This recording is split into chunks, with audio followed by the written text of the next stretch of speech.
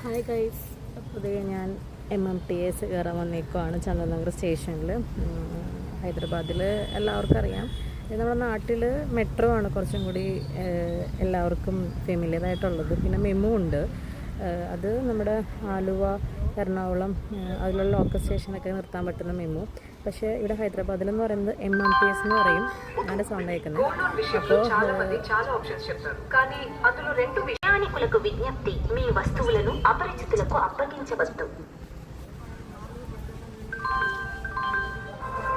ప్రయాణికులారా దయచేసి guys 3G ആയെന്നൊക്കെ പറഞ്ഞ് കേട്ടിട്ടല്ലേ ഉള്ളൂ. ഇതാണ് എൻ്റെ അവസ്ഥ ഇന്ന്.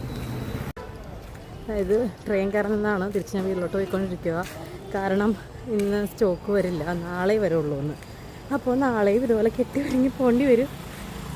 അപ്പോൾ നാളെ കാണാം. നാളെ ഞാൻ വീഡിയോ എടുക്കാം. ഇന്ന് നിങ്ങൾ ട്രെയിനെ കാണിക്കാൻ എഴുതായിരുന്നു, നടന്നില്ല.